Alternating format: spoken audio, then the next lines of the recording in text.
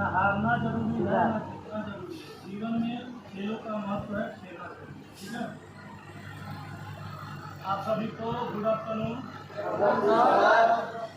राष्ट्रीय खेल दिवस का आप सभी को हार्दिक शुभकामनाएं एवं बधाई।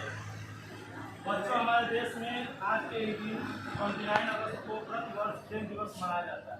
आपको पता है कि हर साल हमारे देश में 29 अगस्त को खेल दिवस मनाया जाता है। राष्ट्रीय खेल दिवस इसलिए मनाया जाता है इस दिन क्योंकि इस दिन हमारे भारत के महान हॉकी के खिलाड़ी मेजर ध्यानचंद जी का जन्म दिवस हुआ था। हमारे भारत के महान खिलाड़ी हैं, इनके जन्म दिवस पे ये खेल दिवस मनाया जाता है प्रतिवर्ष। और मेजर ध्यानचंद को हॉकी का जादूगर कहा जाता था। इनका जन्म 29 अगस्त सन 1905 को इलाहाबाद में हुआ। मेजर ध्यानचंद को क्रिकेट में जैसे बैट्समैन को बोला जाता है, उसी तरह से हॉकी में भी मेजर ध्यानचंद जी को एक अच्छा खिलाड़ी के नाम से जाना जाता था। तो ग्राउंड में उतरते थे मेजर ध्यानचंद जी, जो अभी इस समय हमारे सामने जिसका हम लोग अभी पुष्पार्पित किए हैं। इनका इलाहाबाद में जन्म हुआ था। 29 अगस्त 1905 को इनका जन्म हुआ था। ये हॉकी के महान जादूगर थे। जब ये ग्राउंड में खेलते थे तो विपक्षी जो टीम थे वो देखते थे कि ये लगातार गोल करते जा रहे हैं। उनको ये लगता था जैसे ये अपनी स्टिक में कोई चुम्बक लगाए हुए हैं। जादूगर जो महान हॉकी के खिलाड़ी थे। ध्यानचंद ने 3 ओलंपिक खेलों में भारत का प्रतिनिधित्व किया। किस सन में किया? 1928 में एम्स्टर्डम में, सन 1932 में लॉस एंजिल्स में और 1936 में बर्लिन में। 3 लगातार ओलंपिक में ये 3 जगह ओलंपिक हुआ था, जिसमें से इन्होंने 2 गोल्ड मेडल से सम्मानित कराया। मेजर ध्यानचंद को भारत सरकार ने 1956 में पद्म भूषण से सम्मानित किया। पद्म भूषण सम्मानित उसी खिलाड़ी को किया जाता है खेल के अंदर जो अच्छा खिलाड़ी होता है। जैसे विराट कोहली को देखे होंगे आप, पद्म भूषण से सम्मानित किया जाता है। जो अच्छा खिलाड़ी खेल में अपना अच्छा प्रदर्शन दिखाता है, उनको खेल के अंदर पद्म भूषण से सम्मानित किया जाता है। राष्ट्रीय खेल दिवस के माध्यम से पूरे भारत में पढ़ाई के साथ साथ खेल में बच्चों को जागरूक किया जाता है। खेल हमारे जीवन का बहुत बड़ा महत्व है। देखिए, जिस तरह से हमारे जीवन में शिक्षा महत्व है, उसी तरह से खेल भी हमारे जीवन में महत्व है। यदि हमारा शारीरिक स्वस्थ नहीं रहेंगे, फिट नहीं रहेंगे, तो हमारा पढ़ना लिखना बेकार है। यदि खेल ही एक ऐसा माध्यम है जिसके द्वारा आप मेंटल यदि हैं, स्ट्रेस, मान लीजिए दिन भर लगातार 8 घंटे आप पढ़ रहे हैं, तो आप अपने आप को तनाव करेंगे। जब बाहर आएंगे, खेलेंगे, कूदेंगे, तो अपने आप को एक अलग ऊर्जावान अपने आप को दिखेगा। आओ तुम्हें नत्र करे सेहत की सौगात, इससे बढ़कर नहीं है दौलत की सौगात। खेल और अच्छी शिक्षा दोनों ही बच्चों के जीवन में सफलता प्राप्त करने के लिए आवश्यक है। हमारे जीवन में खेल और शिक्षा दोनों का महत्व है। जितना जरूरी पढ़ाई का है, उतना ही जरूरी खेल का है। दोनों को ही बच्चों के उज्जवल भविष्य बनाने के लिए सामान्य प्राथमिकता देनी चाहिए। हम स्वस्थ रहेंगे, कहा भी गया है कि स्वस्थ शरीर में स्वस्थ मस्तिष्क का निर्माण होता है।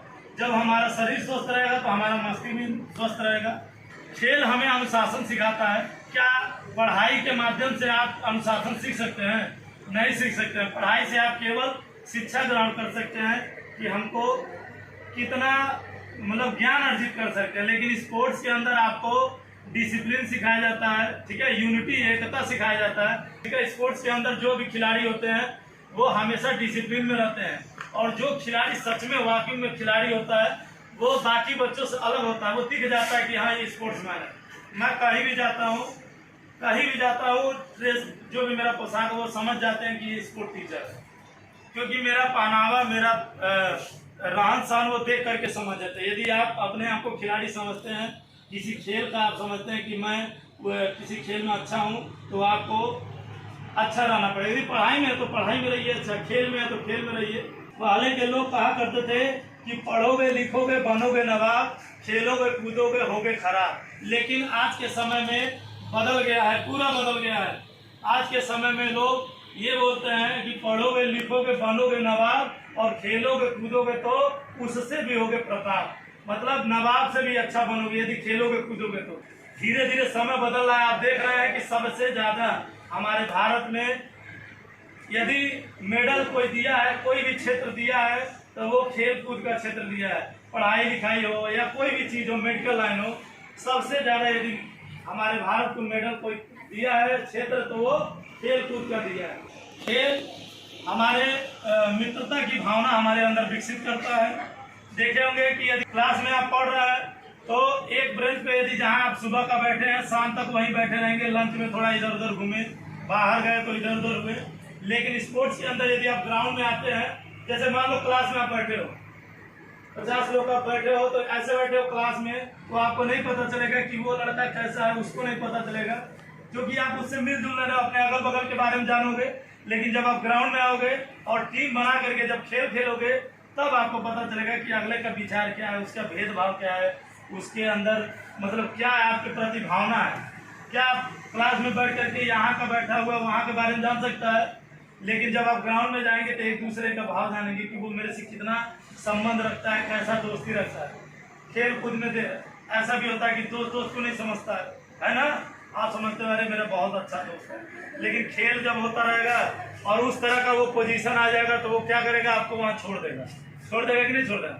खेल के दौरान आपका कौन साथ दे रहा है ये देखना होता है। तो खेल हमको क्लास में जो चीज आप सीखते हो उससे कई गुना बेहतर आपको ग्राउंड के अंदर आपको सिखाता है खेल। इसी के साथ आपको पता ही चली गया कि मेजर ध्यानचंद जी का जन्म कितने तारीख को हुआ था, कौन बताएगा?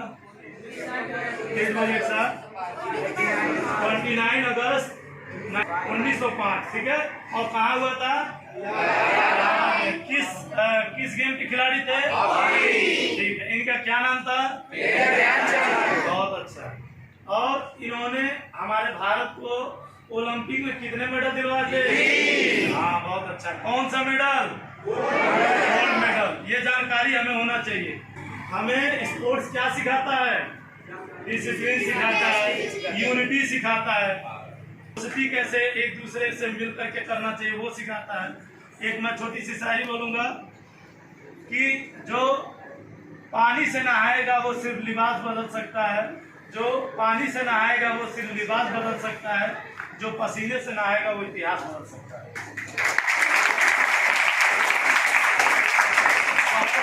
मुझे बहुत अच्छा लगा, मुझे बहुत गर्व हुआ, क्योंकि देखो कोई जरूरी नहीं है कि सब लोग पढ़ करके बहुत बड़ा मास्टर या जो भी हो, इंजीनियर, डॉक्टर सब बनते हैं। हमको किसी भी क्षेत्र में, या तो पढ़ाई हो, खेल कूद हो, संगीत हो, डांस हो, किसी भी क्षेत्र में आपको रहना है।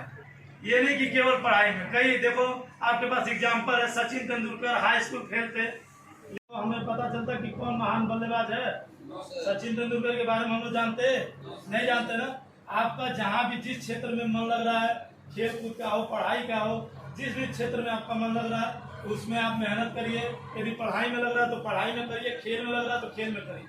जो भी आपको कहीं से भी कोई भी समस्या हो रही है उसके बारे में आपको जानना है, तो अपने जो भी सब्जेक्ट के टीचर हैं या स्पोर्ट्स के हैं या म्यूजिक के हैं, जिस भी हैं, उनसे आप राय लीजिए और आगे बढ़िए। इसी के साथ मैं अपनी वाणी को विराम देता हूँ। धन्यवाद।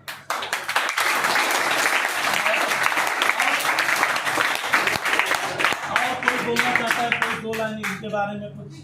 आ जाओ।